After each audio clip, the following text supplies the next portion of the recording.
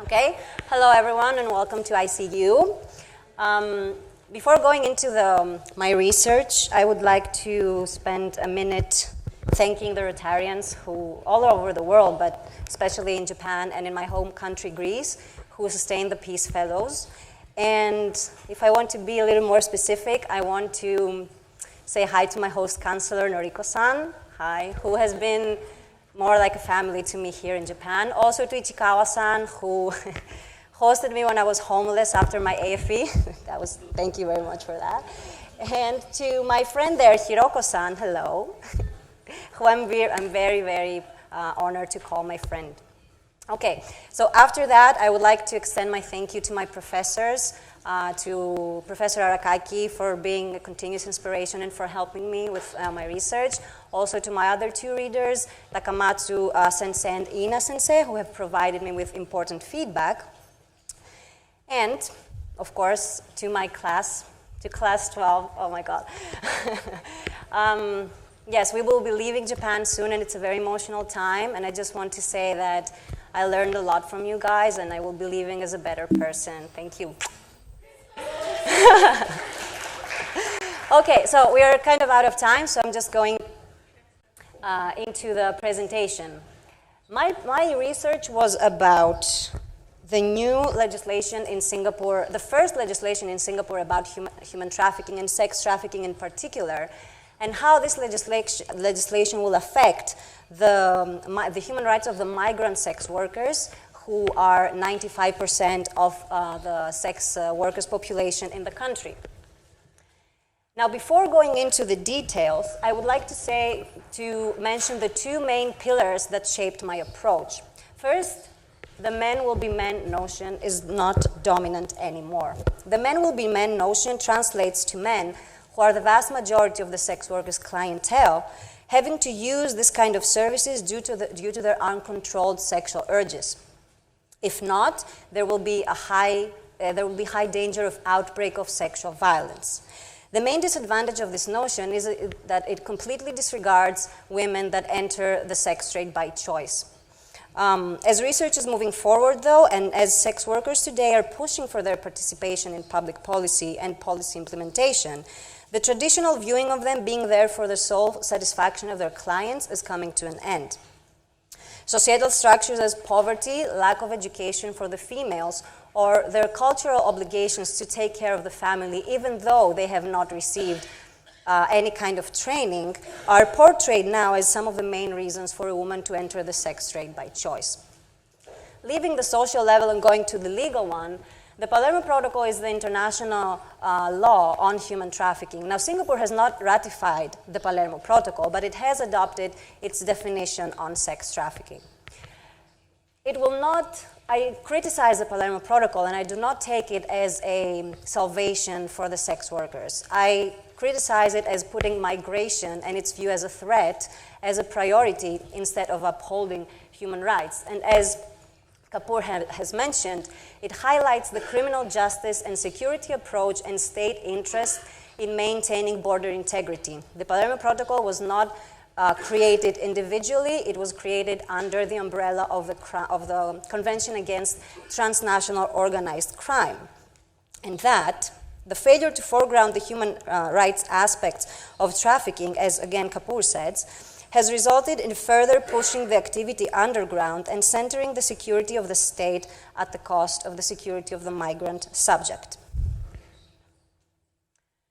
In the full spectrum of human trafficking, labor trafficking is the dominant pylon of abuse. Nevertheless, we hear horrifying stories about predominantly female victims of sex trafficking, and also taking under consideration the stereotypic view of them being, due to their nature, weak and helpless.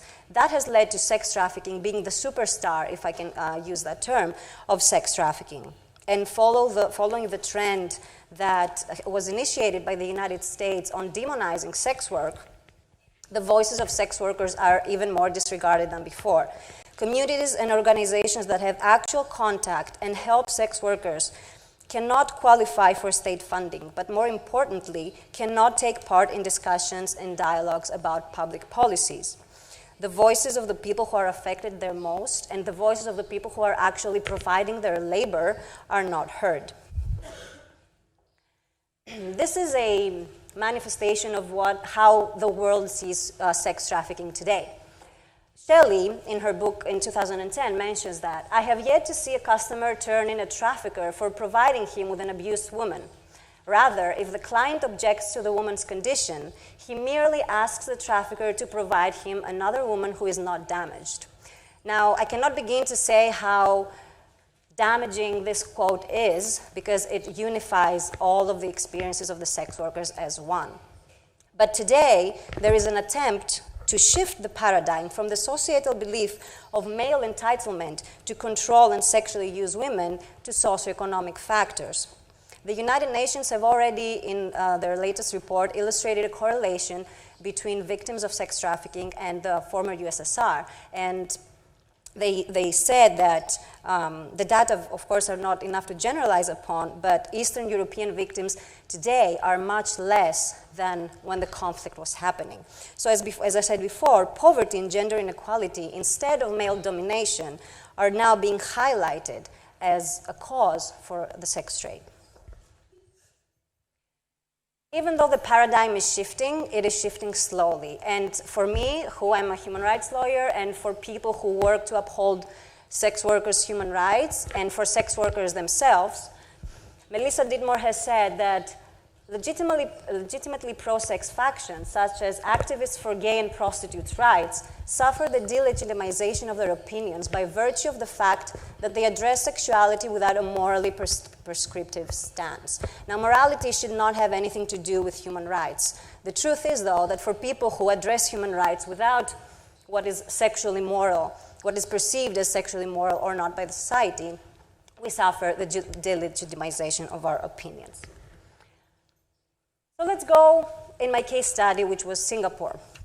Now, after research has showed that there is no unified experience of being a sex worker, and interviews place sex workers among the full spectrum of agency. This is one of the testimonies I got. This testimony is from a member of an NGO in Singapore. So she told me, "They told these young girls from Vietnam, Singapore is a very kind country. You will love Singaporeans. They will treat you like a daughter."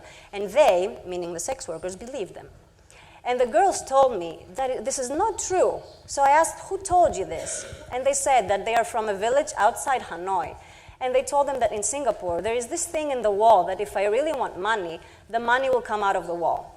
They didn't have any idea out of their own village. Now, this does not have any context until I say to you that what this thing in the wall is an ATM.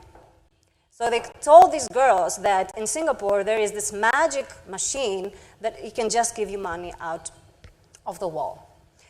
So there is this basic deception and this basic fraud when recruiting sex workers. At the same time, there are testimonies as the following. "I got married when I was 17 years old. I gave birth to a baby boy when I was 18 years old.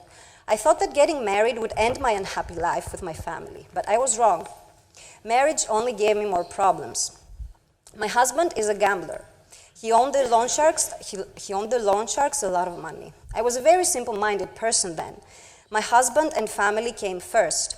So when my husband persuaded me to be a prostitute, I relented and did what he wanted me to do. My husband stopped working ever since I started working as a prostitute. I started to see his true colors, but I tolerated him because of my son. He gambled away whatever money I gave to him to give to his parents. I became very annoyed with him, and I could not tolerate his behavior any longer. After working as a prostitute for a year, my whole attitude changed. I became a new person. I realized I did not have to depend on my husband.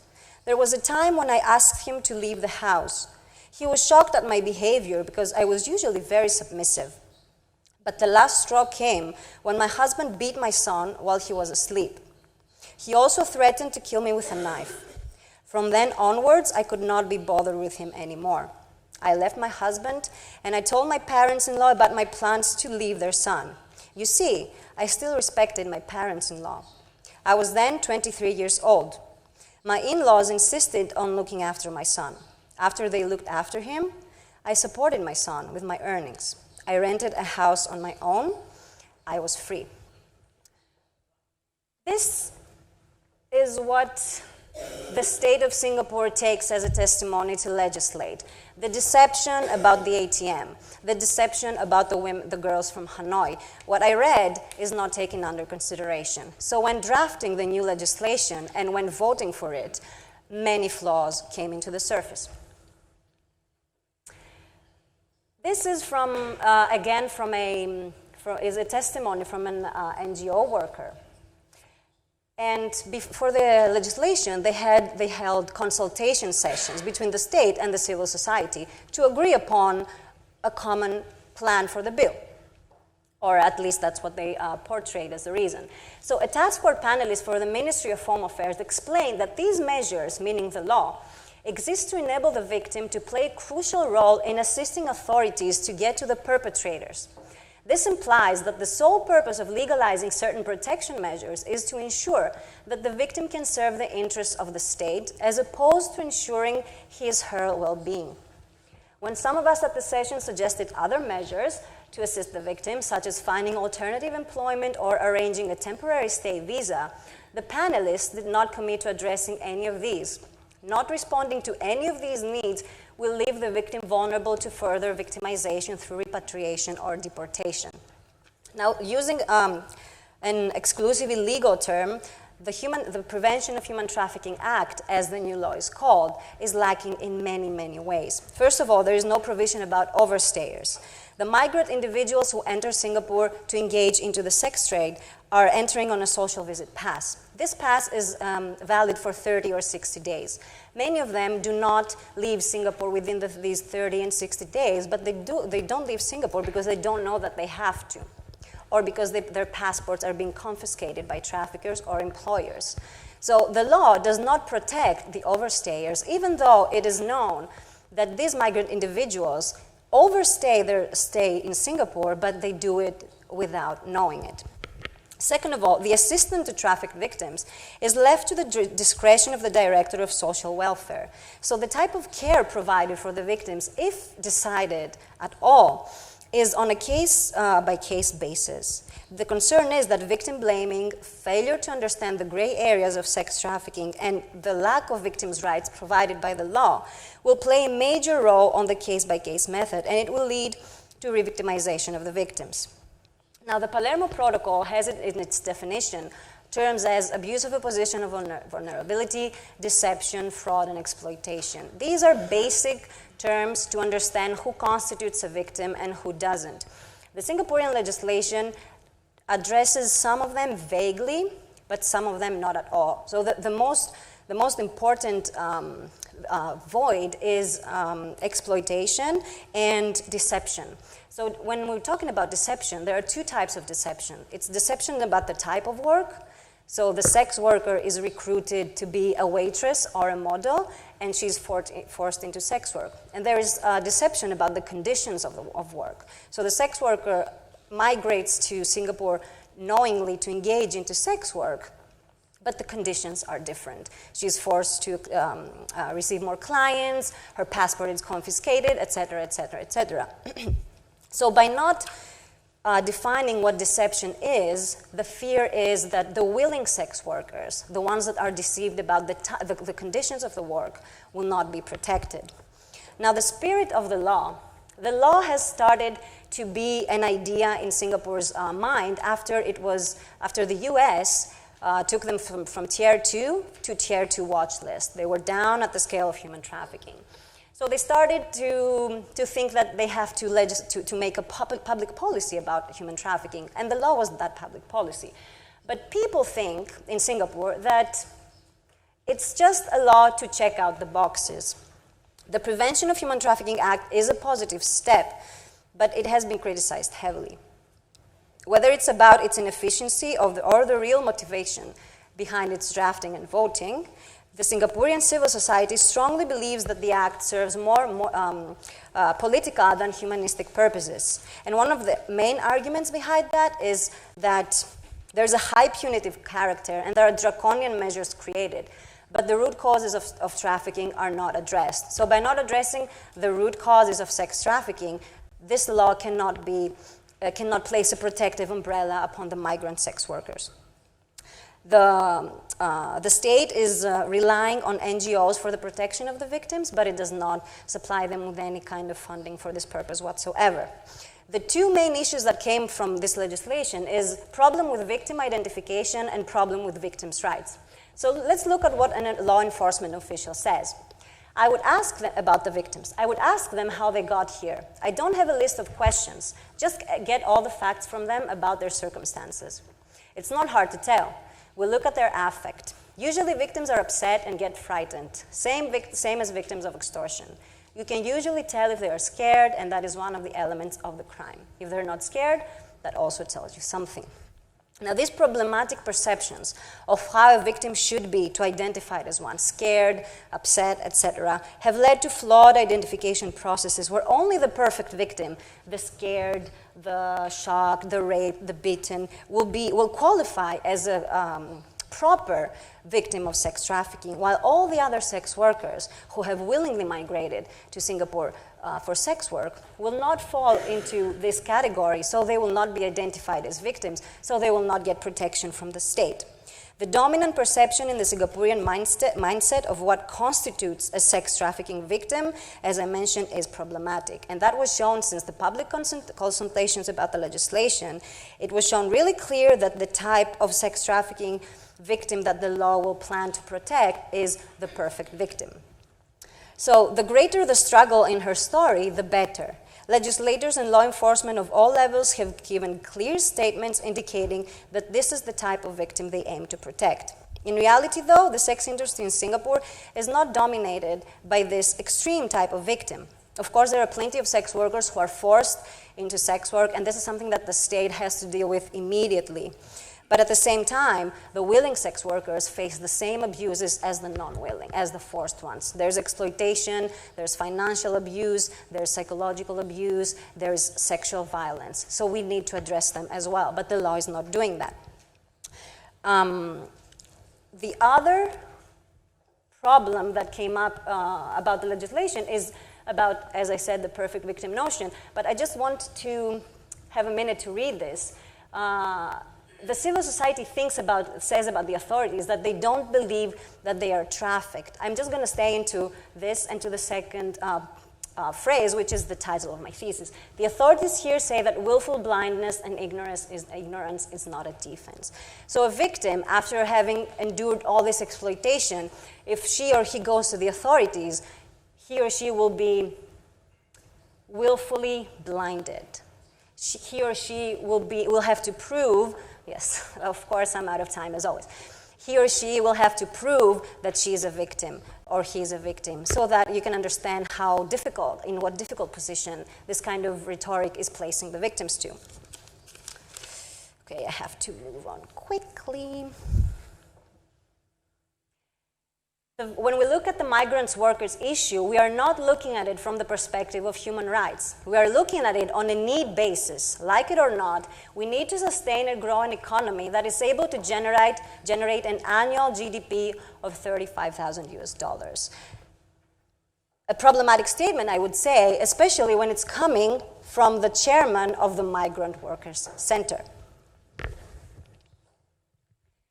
What the sex workers in Singapore that choose to go to the authorities and seek for help are facing is exploitation in shelters, abuse from law enforcement. It's a tragic situation. So one of my testimonies was about a sex worker who was put at the same place with her pimp.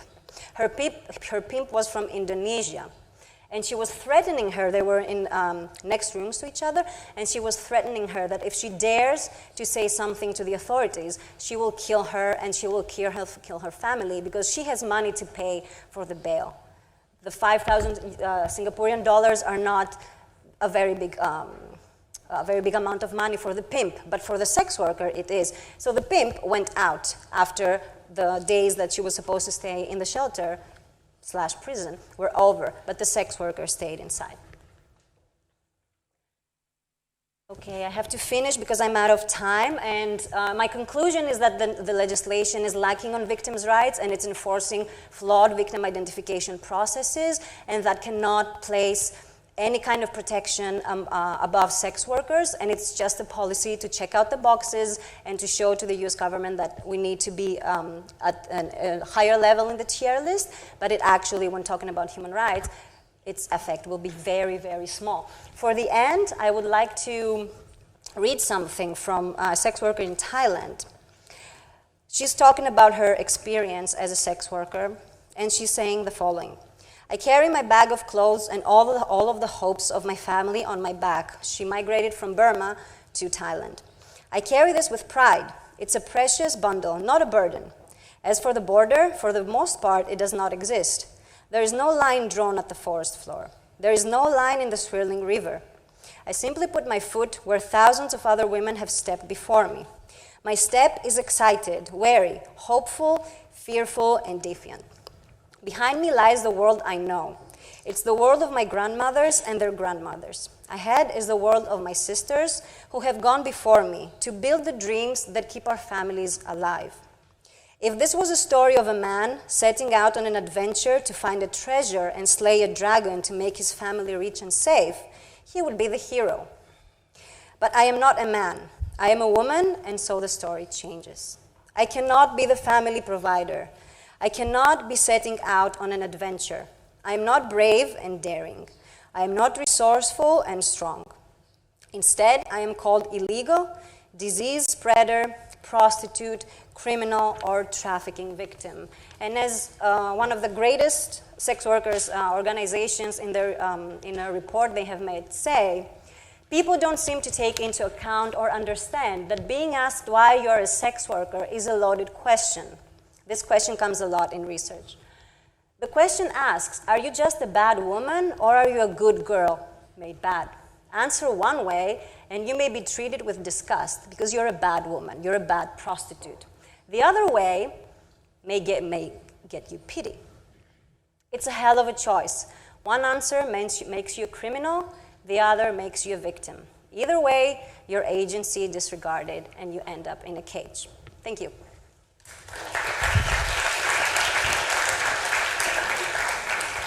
Thank you, Demmie. I'm very, very inspired. But Ono-san told me because of time, we can only have one question. Ono-san. Come on, Ono-san. Does someone want to? Kate. Demmie, I'm curious. Hi, we've never had this conversation, so I'm curious. Do you support the decriminalization of the sex industry as a means of dealing with a lot of these paradigms? Okay. Thank you for your question. I was hoping that you would make that question.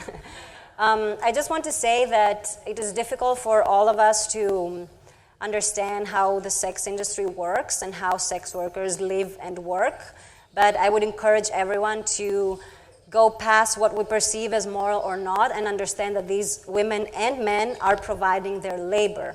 So as lawyers, students, businessmen, professors, etc. have labor rights because they're providing their labor, the same thing should apply for sex workers as well. So until my opinion on what Kate is saying is that for the sex work should be decriminalized because that ensures sex workers' safety when it comes to having safe sex, when it comes to have the chance to negotiate with the clients, and also it gives them an opportunity to be integrated as an equal part of society. Because just think about it as yourselves. If someone is providing their labor, they demand rights. They demand paycheck. They demand to be treated respectfully. And sex work is labor. These people are providing their labor. Why should it be different for them? Okay. Thank you.